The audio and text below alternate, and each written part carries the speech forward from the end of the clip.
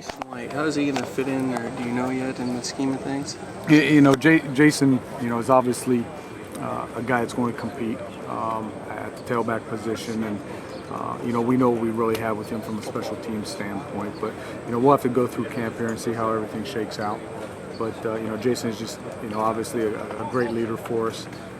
He's a guy that comes to work every day, brings a great positive attitude every day, and he's just such an invaluable member of this team.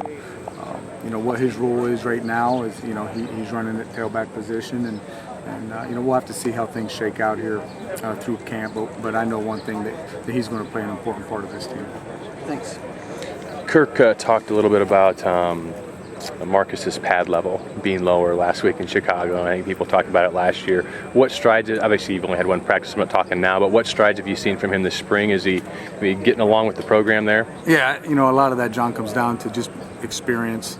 And I think, I've watched the Missouri game a couple times this summer, and even in that game he was running at a higher pad level earlier in the game, and he got hit a couple times. So, by experience he's naturally going to get him down, but that's an area of concentration for him, and I think he's improved on it. He seems like a cerebral player. Even the fumble that he had against Minnesota, he was thinking, put the ball to the outside because he saw the pressure coming from the inside, and he didn't get there quick enough. But is that the kind of learner that he is in all aspects? Oh, yeah, no question. I mean, he's and really not everyone saw it, but we saw it when he was out for such a long time last year. When he came back against Ball State, he really didn't miss a beat. He didn't miss any assignments. And really just that's how he prepares. I mean, he watches film, he takes notes, he's paying attention in every meeting, he's always asking questions because it is important to him. And it's important how he plays and just the way he attacks preparing for games is something I wish all of us would do.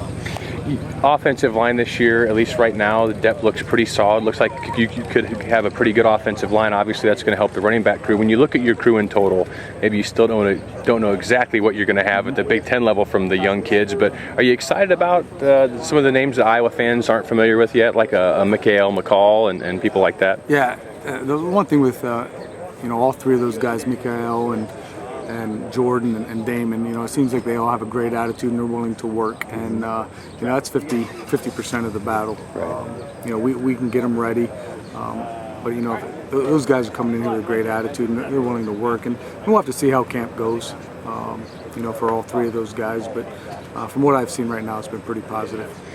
Obviously, putting the ball in your belly, running to a hole, things like that in high school you do are different than college. Is the biggest adjustment these young kids make to your system and scheme, is it the blocking, and is it rare for young guys really to pick that up quickly?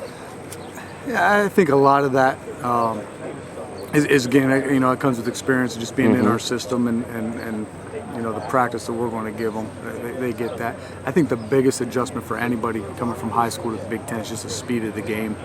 Whereas, running back may be able to make 2 or 3 cuts in a high school game and get away with it. Right. Here it's got to be 1 cut and you're downfield. So, to me, that's really the biggest adjustment all these guys have had to make. Marcus last year, obviously the young guys this year. Mm-hmm. Guys like me, we hear of who you guys are recruiting. We see their YouTube films, which isn't the coach cut-ups that you get. But when we see runners trying to bust it to the outside a lot in high school, and you always have the race for the outside, do you guys kind of shy? What do you guys look for, I guess, in an archetype situation for your running backs that you recruit? I think when we look at running backs, we're looking first and foremost at guys that are productive.